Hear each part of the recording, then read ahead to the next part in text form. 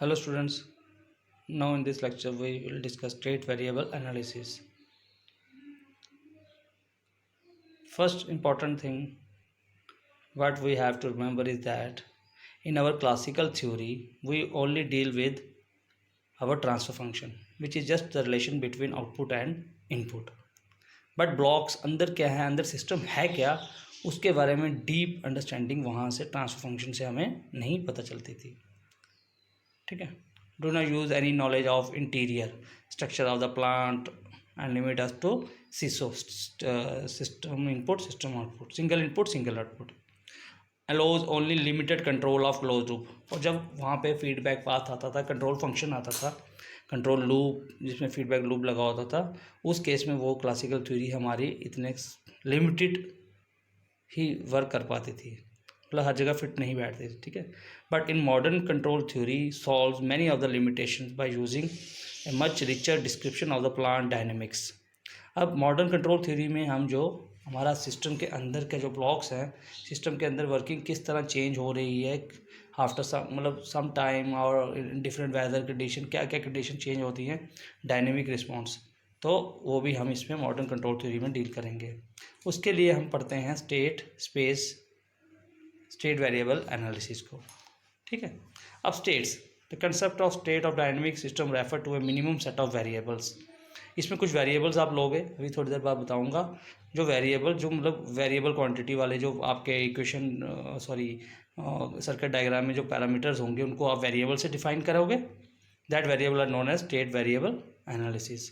अब जितने वेरिएबल होंगे उतने ही नंबर ऑफ कंपोनेंट्स होंगे जब हम उसको वेक्टर फॉर्म में रिप्रेजेंट करेंगे, और जो वेक्टर बनेगा that is state vector. Okay. Now like this, what is state space and dimensional look.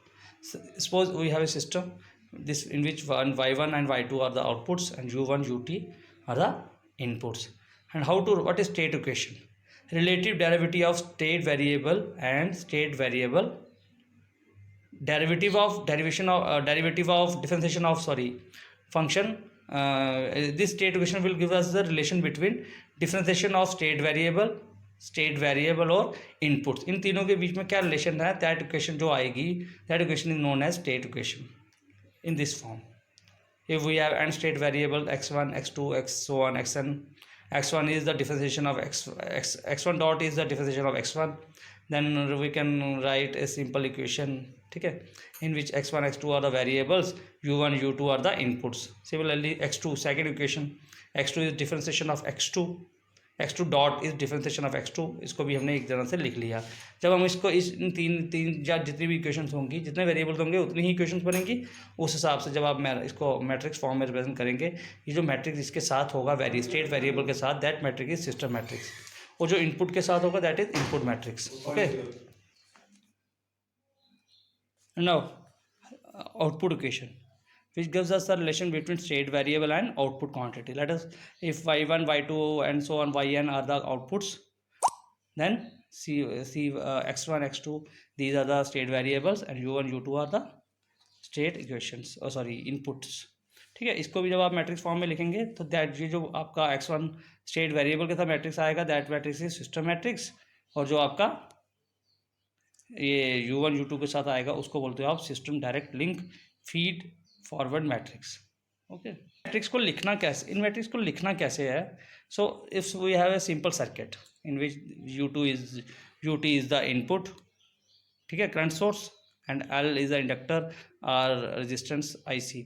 अब simply you have to write down their KVL और KCL equations, then we can generate our system matrix, we can generate our state equation according to that, like this.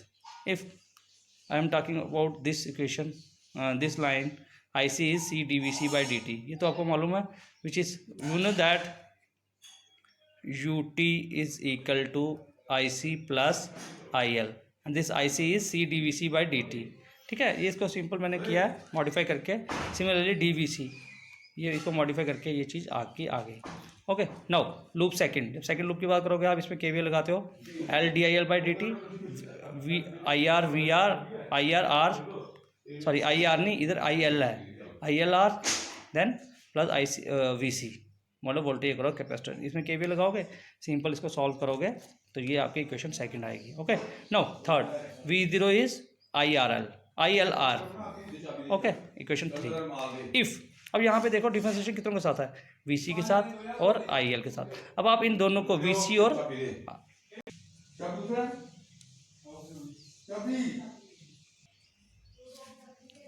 Now हमने क्या किया, simple IL और VC को हमने मान लिया variables. Okay, state variables, and V0 is y।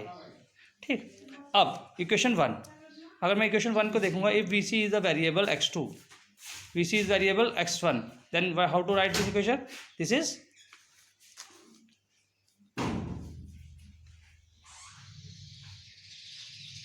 x1 dot is equal to ut 1/c ut minus IL क्या है, IL आपका दूसरा वेरिएबल है, minus x2 divided by c।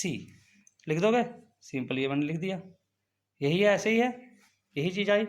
Similarly you have to write equation second, what is DIL, IL is your second variable, then how to write, x2 dot is equal to VC is your first variable, VC is your first variable, that is x1 by L minus R by L x2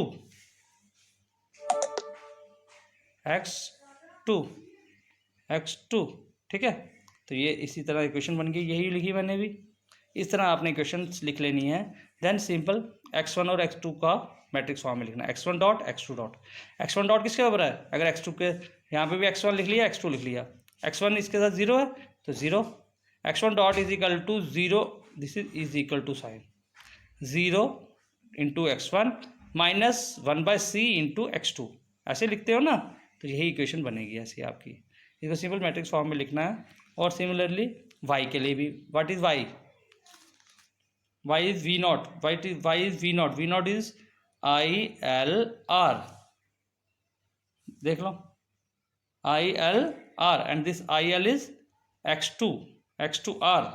if we open this equation, then y is 0 time x1 plus r time x2 plus 0 times 0, 0 multiply 0, so in this way you can write state equations। okay, now third, for the third order system describing control system, अगर आपके पास एक equation है ऐसी, d³ ct divided by dt³ plus 4d² ct divided by dt² plus 5dct divided by dt plus 3ct is equal to 5 time e of t। क्या करोगे आप, ct को मारोगे variable, x1t is equal to ct। जब इसका ct का differentiation करो, x1 का ct का डिफरेंशिएशन करोगे तो वो क्या बनेगा, x1 dot dct by dt। Let us say this x1 dot is equal to x2, तो x2 क्या हो गया, x2 is dct by dt, x2 dot is equal to d² ct divided by dt। Okay, similarly x2 dot is equal to, इसको x3 मान लेते हैं, zoom कर लेते हैं, then x3 is equal to d² ct by dt is equal to, so जब हम इसको x3 का डिफरेंशिएशन करेंगे तो वो बनेगा x3 dot d³ ct divided by dt बनेगा। ठीक है, अब ये क्या है, हमारे पास क्यूब तक ही है तो यहीं तक जाना है, that mean this d³ by ct by dt क्या बनेगा, x3 dot plus 4 d² ct क्या बनेगा, x2 dot 4 x2 dot plus 5 dct by dt क्या होगा, 5 time x1 dot plus 3, ct क्या है, ct is x1t, x1 is equal to 5e of t, 5e of t, ये बन गई आपकी x3। सिमिलरली अब सॉरी, ये तो ऐसे लिख दिया ना आपने, अगर मैं इसको डिफरेंशिएशन फॉर्म में लिखूंगा सॉरी स्टेट इक्वेशन फॉर्म में, स्टेट इक्वेशन फॉर्म में क्या लिखना है, x1 dot x2 dot x3 dot, यहाँ पे एक मैट्रिक्स बनेगा, सिस्टम मैट्रिक्स जिसको बोलोगे, x1 x2 x3 प्लस एक मैट्रिक्स और जिसके साथ इनपुट होगा। इनपुट यहाँ पे क्या है, यहाँ पे इनपुट कुछ नहीं है, यहाँ पे कांस्टेंट टर्म इस साइड एक और ये एक ही है, वो है E T, E of T. Okay, x1 dot T is equal to, x1 dot is equal to differentiation of C T, x1 dot is equal to x2, है ना, simple x2, x1 dot is equal to x2, that mean 0 1 0, ठीक। Then यहाँ पे भी 0, then x2 dot is equal to x3, 0 0 1, ठीक है, plus यहाँ पे भी 0, ई टी को कोई कंपोनेंट इसके साथ नहीं है। सिमिलरली x3 किसके बराबर होगा, इन सारी की सारी टर्म को जब आप इधर ले जाओगे, x3 बनेगा